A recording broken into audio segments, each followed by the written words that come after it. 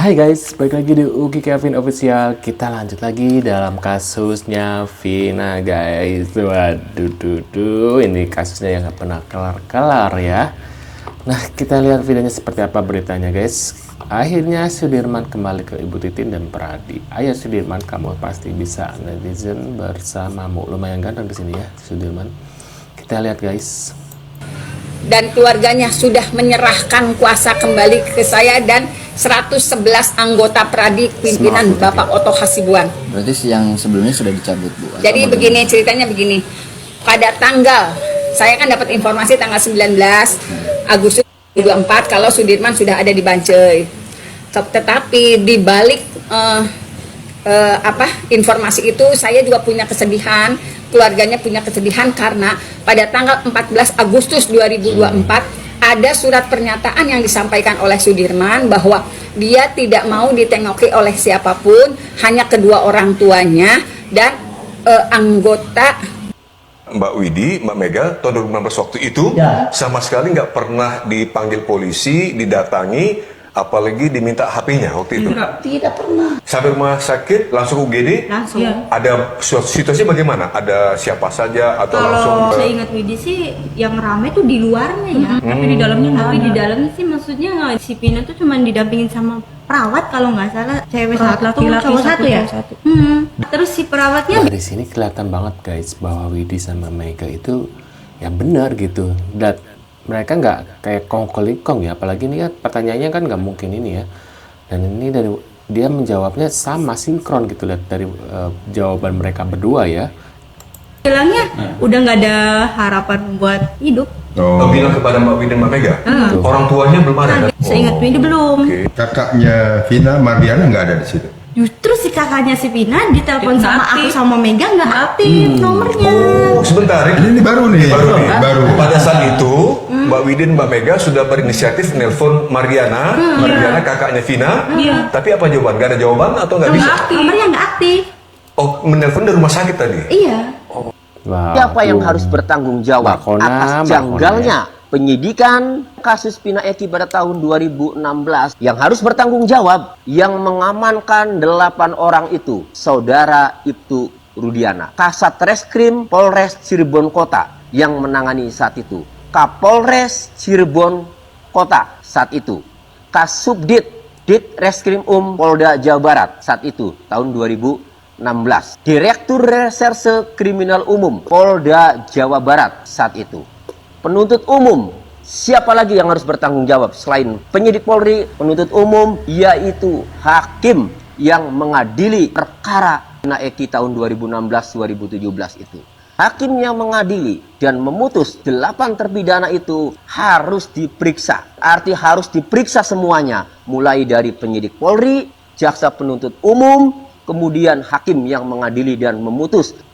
waduh. Kuasa hukum keluarga Vina, Raden Reza Pramadia, meminta kepastian kepada Polda Jabar tentang penegakan hukum kasus tewasnya Vina dan Eki. Menurut Reza, ada 3 pelaku yang masih buron berdasarkan putusan pengadilan. Keluarga Vina menuntut keseriusan dan klarifikasi polisi dalam menangkap pelaku tewasnya Vina.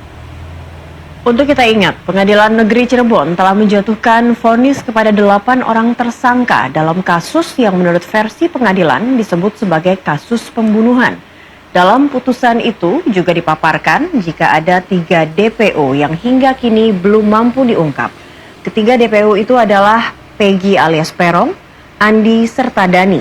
Polda Jawa Barat ketika menetapkan Peggy Setiawan sebagai tersangka pernah mengatakan jika 2 DPO itu fiktif.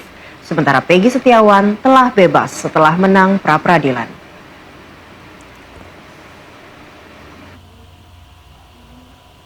Iya, karena sampai saat ini kita kan masih meyakini oleh putusan terakhir yang sudah inkrah itu bahwa memang terdapat 3 DPO kan, yang 1 Peggy Perong dan yang 2 dinyatakan fiktif malah. Yang kan kita harus meminta kepastian dari pihak polisian, terutama Polda Jabar ini sebetulnya yang benar itu seperti apa, karena kita kan tetap berpatokan kepada putusan pengadilan dan semuanya kan jelas di situ, di BAP, di amar putusan kan semua ada perannya masing-masing. Jadi kalau memang nanti ada putusan terbaru, ya tolong nanti ada klarifikasi dan press release resmi dari pihak polisian. Ya harapan kita kalau memang itu benar-benar ada ya tolong lebih serius lagi dicari, atau kalau memang itu fiktif ya kita harus diklarifikasi lebih jelas, lebih detail kenapa dibilang fiktif. Polri menindaklanjuti. Beberapa waktu yang lalu ada laporan di Barreskrim terkait dengan proses perjalanan yang di Jawa Barat, dan saat ini Propam kita turunkan, Irwasum kita turunkan untuk melakukan pendalaman terkait dengan peristiwa yang ada. Walaupun sudah terjadi 8 tahun yang lalu ya, kami memiliki kewajiban untuk melakukan pendalaman sehingga kemudian pada saatnya setelah semuanya lengkap kita akan sampaikan kepada masyarakat secara transparan tentang fakta-fakta yang kita temukan. Terkait dengan kewenangan internal yang melakukan penyelidikan ulang, ya silakan saja. Siap ya? Iya. Nah, tapi bagaimana mungkin dilakukan penyelidikan ulang? Ini sudah ada putusan yang telah berkekuatan hukum tetap dan inkrah. Artinya kita harus menghormati putusan ini dan harus kita hargai kinerja daripada Mahkamah Agung Republik Indonesia. Kalau Linda itu rumahnya di mana? Di Cipto.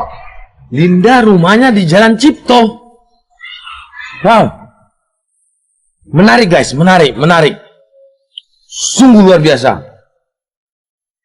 Ternyata apa yang di dalam penerawangan saya berkaitan dengan alamat rumah Linda. Di sini Kang Deddy Mulyadi menanyakan alamat rumah Linda kepada kakaknya Vina. Nah, dikatakan di Jalan Cipto. Sesuai dengan hasil penerawangan saya bahwasanya tempat nongkrongnya Vina adalah di Jalan Cipto. Luar biasa guys. Sungguh berkaitan dengan semuanya. Wow.